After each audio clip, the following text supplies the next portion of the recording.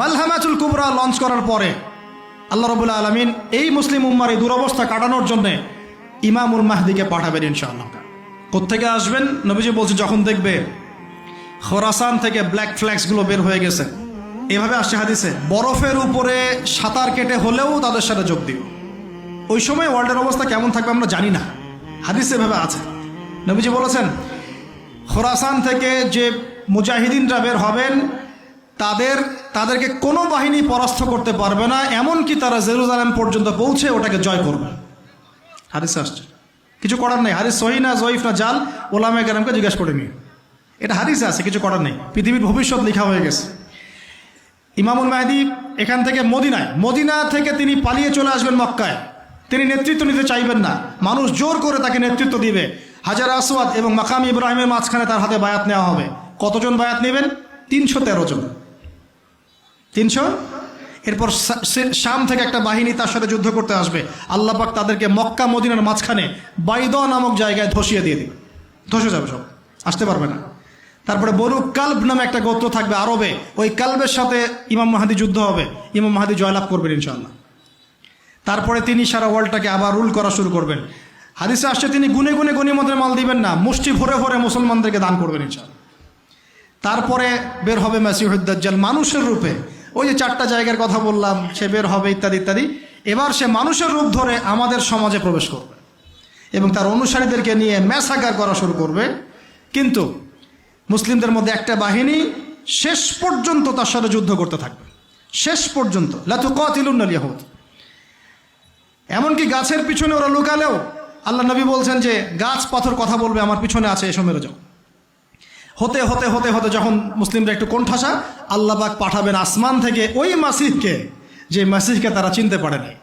আর ওরা যাকে মাসিহ মনে করছে, তাহলে এই মাসিহটা কে? এ মিথ্যা মাসিহ, মাসিহুদ দাজ্জাল। কথা বুঝতে পারছেন? তাহলে সবচেয়ে বড় প্রতারণার শিকার কারা হচ্ছে? এই ইহুদিরাই। এই বিশ্বের সবচেয়ে বড় প্রতারণার শিকার তারাই হচ্ছে। মাসিহুদ দাজ্জাল ওদেরকেই প্রতারণা করছে, বুঝতে পারেননি কথা? ওদের সাথেই সবচেয়ে বড় প্রতারণা হচ্ছে। ওরা মনে করছে এই সত্যিকারের মাসিহ, সে আসলে আমরা বিশ্ব রুল করব, কিন্তু সে সত্যিকারের মাসিহ নয়। ঈসা ইবনে মারিয়াম আসবেন কিভাবে সেটাও এসেছে। 2 জন ফেরেশতার কাঁধে ভর দিয়ে তিনি নামবেন শাম অর্থাৎ সিরিয়ার দামেস্ক শহরের মধ্যে। কোন শহর? দামেস্ক। এই জায়গাগুলো খুব বরকতময়। আল্লাহ নবী দোয়া করেছেন, আল্লাহ শামে বরকত দাও, আল্লাহ ইয়েমেনে বরকত দাও, আল্লাহ শামে বরকত দাও, আল্লাহ ইয়েমেনে বরকত দাও। আর মুসলমানরা বলছিল, আল্লাহ রসুল আমাদের নাজদেও বরকত দিতে বলেন, আমাদের নাজদেও বরকত দিতে বলেন। আল্লাহ নবী বলছেন যে নাজদে বরকত না, বরং ওখান থেকে ভূমিকম্প বের হবে, ওখান থেকে শয়তানের শিং বের হবে। চিন্তা করে, ওই যে বললাম নাজদিরা তুর্কিদের বিরুদ্ধে যুদ্ধ করেছিল, অটোম্যান এম্পায়ারের বিরুদ্ধে যুদ্ধ করেছে ব্রিটেনের সাথে হাত মিলিয়ে। ওরাই এখন সারা বিশ্বে, বাংলাদেশে এদের লেসপেন্সার আছে বহুত, বাংলাদেশে এদের বহুত লেসপেন্সার আছে। তারা বলে, ওই যে দেখবেন যে যখনই আমরা এগুলো নিয়ে আপনাদেরকে সচেতন করতে চাই, মানে এরা তো খারাজি হয়ে গেছে, উগ্র হয়ে গেছে, এই হয়ে গেছে, সেই হয়ে গেছে, এভাবে করে গভর্নমেন্ট প্রশাসন সবার কাছে আমাদেরকে বিতর্কিত করার চেষ্টা করে। অথচ আমরা কি কারো শত্রু? আমরা কি এই আলোচনাগুলো করে ওয়ার্ল্ডের প্রেক্ষাপট বদলাতে পারবো? পারবো না, কিন্তু আমাদের প্রজন্মকে আমরা জানাতে তো পারবো, যাতে তারা আত্মবিশ্বাসী হয়ে গড়ে ওঠে যে আমরা এই নতজানু মনোভাব নিয়ে পৃথিবী থেকে যাবো না ইনশাআল্লাহ। আমরা পৃথিবী থেকে মাথা উঁচু করেই যাবো ইনশাআল্লাহ। মুসলিমদের হাতেই বিশ্বের বিজয় লেখা আছে, আস্তে আস্তে বিশ্ব ওদিকে যাবে, এটা তো ওদেরকে জানতে হবে। আমরা ওদেরকে জানাচ্ছি মাত্র। তো নাশ থেকে বের হবে শয়তানের শিং, এটা বলা হয়েছে। যাই হোক, এখন ঈসা ইবনে মারিয়াম আসবেন এই সিরিয়ার দামেস্ক, চুল দিয়ে টপ টপ করে পানি পড়তে থাকবে, মুক্তা ঝরছে এরকম পানি। তার নিঃশ্বাস যতদূর পর্যন্ত যাবে ততদূর পর্যন্ত কাফেররা মরতে থাকবে। সুবহানাল্লাহ। এমনকি তিনি খুঁজতে খুঁজতে দাজ্জাল পর্যন্ত আসবেন। দেখবেন যে মুসলিমদেরকে অবরুদ্ধ করে রাখা হয়েছে, বলবেন দরজা খুলে দাও, নামাজের ওয়াক্ত হবে, আজান দেওয়া হবে, ফজরের ওয়াক্ত। ভাই, আমরা যদি ফজর মিস করি, আমরা আসলে ওই বাহিনীতে যোগ দিতে পারবো না, বেঁচে থাকলেও জানি না আমরা অত বছর থাকবো কিনা পৃথিবীতে, আল্লাহই ভালো জানেন, এটা আমরা জানি না।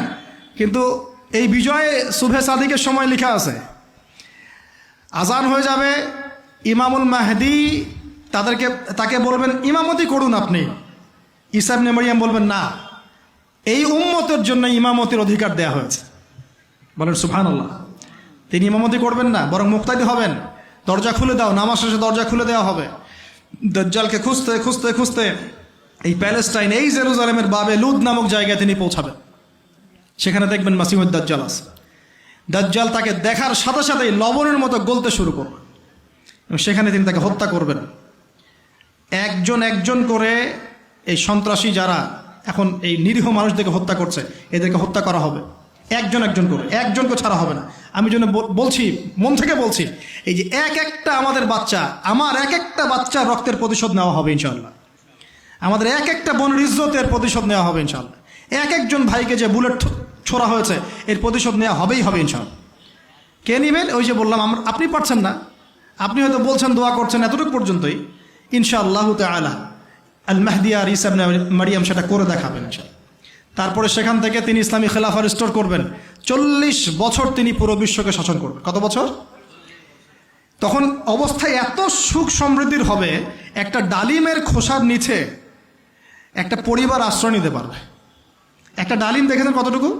এটা বড় হবে, বড়, এর নিচে আপনি ঢুকতে পারবেন, এত বড় ফল হবে, উর্বর হবে মাটি, সবুজ শ্যামল, বৃষ্টিপাত বেশি হবে, এগুলো হতে থাকবে। এর মাঝখানে আবার ইয়াজুজ মাজুজ বের হবে। ইয়াজুজ মাজুজ বের হওয়ার পরে পৃথিবী ম্যাসাকার করবে।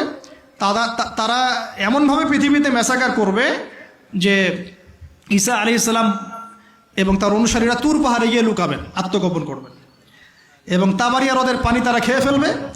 পরের দল এসে বলবে কোনো এক সময় মনে হয় এখানে পানি ছিল, মানে পানি সব খেয়ে সাবার করে ফেলবে। কথা বুঝতে পারছেন? ঈসা আলাইহিস সালাম দোয়া করবেন, আল্লাহ এই আযাব থেকে আমাদেরকে তুমি বাঁচাও। আল্লাহ পাক তখন তাদের ঘাড়ের মধ্যে একটা ভাইরাস দিয়ে দিবেন। ভাইরাস, এগুলো রূপকথা মনে হচ্ছে না অনেকের কাছে, এগুলো সত্য, হাদিসে আসছে, একটা একটা শব্দ সত্য। এরপর 40 বছর এভাবে চলে যাবে, ঈসা আলাইহিস সালাম ইন্তেকাল হবে। তারপরে হাদিসে আসছে মানুষ আবারও খারাপ হওয়া শুরু করবে। এত খারাপ হবে, এত জঘন্য হবে যে আল্লাহ শব্দটা বলার মতো একটা মানুষ আর পৃথিবীতে থাকবে না। একটা মিষ্টি মৃদু একটা বাতাস আসবে, এই বাতাস মুমিনদের বগলের নিচ দিয়ে প্রবাহিত হবে এবং যার অন্তরে এক সরিষা দানা পরিমাণ ঈমান আছে, ওই বাতাসে তার জান কবজ হয়ে যাবে। বাকি থাকবে সব এই যে গরু ছাগল হাঁস মুরগির মতো মানুষ, গবাদি পশু। আল্লাহ বলার মতো মানুষ নাই, রাস্তা মোড়ে মোড়ে জেনা করবে। এটা আরো অনেক পরের কথা, অনেক পরের কথা। আমরা ওই যুগ দেখতেও চাই না, বাঁচতেও চাই না ওই যুগে, তাই না ভাই? আল্লাহ পাক বলছেন এরপরে, আল্লাহ রাসূল সাল্লাল্লাহু আলাইহি ওয়াসাল্লাম বলছেন এরপরে একদিন সকালে হঠাৎ করে দেখবে কেনাবেচা করতে করতে, কথা বলতে বলতে, পানি পান করতে করতে, খাবার খেতে খেতে এই যে পশ্চিম দিক থেকে সূর্য উঠে গেছে। তার মানে কি? ওই দিন কিয়ামত হয়ে যাবে এবং এটা এত ফাস্ট হবে, এত দ্রুত হবে। আল্লাহ রাসূল সাল্লাল্লাহু আলাইহি ওয়াসাল্লাম বলেছেন যে কেউ বাসায় ফিরে যাবে, আহাল পরিবারের সাথে একটা দেখা করবে, এই সুযোগ পাবে না। একদম ইনস্ট্যান্ট ডেট ছাড়। একটা বজ্রনীনাদ, প্রচণ্ড মানে শব্দ, এর বিকট একটা শব্দে পুরো মহাবিশ্ব তোলপাড় সৃষ্টি হয়ে যাবে, একদম শেষ। এই হলো সিঙ্গার প্রথম ফুক, শেষ, সব ডেট। এই যে আমাদের এত বাহাদুরি, এত কিছু সব শেষ, মানে পৃথিবী আস্তে আস্তে ওর শেষের দিকে যাচ্ছে। এগুলো ভাই বিশ্বাস করেন, পৃথিবীর সমস্ত সংগঠন, জালেম, কাফের, ফাসেক, মুশরিক, মুনাফিক যা আছে পৃথিবীতে, একত্রিত হয়েও এই সত্যটাকে কেউ টলাতে পারবে না। আমরা সারা মুসলমানরা মিলেও যদি এই সত্যটাকে টলাতে চাই, পারবো না। মানে আস্তে আস্তে আলটিমেট গোল এটাই পৃথিবীর। এরপরে কিয়ামত, তারপরে তো আপনারা জানেন কি হচ্ছে। ফামান ইয়া'মাল মিসকালা যাররাতিন খায়রান ইয়ারাহ, এক চুল পরিমাণ যদি ভালো কাজ কেউ করে থাকে তাকে সেটা দেখানো হবে। ওয়া মান ইয়া'মাল মিসকালা যাররাতিন শাররান ইয়ারাহ, এক চুল পরিমাণ খারাপ কাজ আমরা কেউ করে থাকলে দেখানো হবে। তবে যারা লা ইলাহা ইল্লাল্লাহ এই তাওহীদের উপর থাকবে, যত বড় গুনাহ করুক না কেন আল্লাহ মাফ করে দেবে ইনশাআল্লাহ, ইনশাআল্লাহ। কারণ আমাদের জন্যে নবী সাল্লাল্লাহু আলাইহি ওয়াসাল্লাম সুপারিশ করবেন। তাই বলে কি আমরা গুনাহ করতে থাকবো এখন? এটা নবী সাল্লাল্লাহু আলাইহি ওয়াসাল্লামের শান, তার মর্যাদা। আল্লাহ রাসূল সাল্লাল্লাহু আলাইহি ওয়াসাল্লাম এই কথা বলে গিয়েছেন যে কবিরা গুনাহগার মুসলমানদের জন্য আমি সুপারিশ করব। তাওহীদের উপর যারা থাকবে ইনশাআল্লাহ জান্নাত, শিরকে থাকলে, কুফরিতে থাকলে জাহান্নাম ছাড়া কোনো গতি নেই। এই হলো পৃথিবীর শেষ। আমরা তো জান্নাতে যেতে চাই কি চাই না ভাই? তাহলে এখন আমরা জানি যে এই অবস্থা কেন হচ্ছে, কেন জেরুজালেম নিয়ে এত কিছু হচ্ছে, কেন ওখানে ওরা এত অত্যাচার করতেছে। ওরা কি চায়? ওরা চায় এই জায়গা শুধু না, পুরা হোলি ল্যান্ডটা দখল করতে চায়। তারা দাজ্জালের জন্য মঞ্চ প্রস্তুত করতে চায়, সোজা কথা। তারা মুসলিমদেরকে সেখান থেকে বের করে দিয়ে ওই জায়গাটা একটা দাজ্জালীয় স্টেট কায়েম করতে চায়, সেখান থেকেই মাসিহুদ দাজ্জাল বিশ্বকে নেতৃত্ব দিবে, এমনটা আসতেছে ভবিষ্যতে।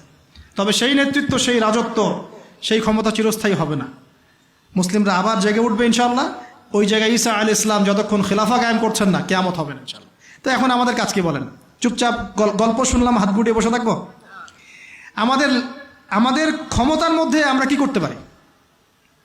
আমরা কি প্রত্যেক 5 ওয়াক্ত নামাজে আমাদের ভাইদের জন্য দোয়া করতে পারি? পারি কি না ভাই?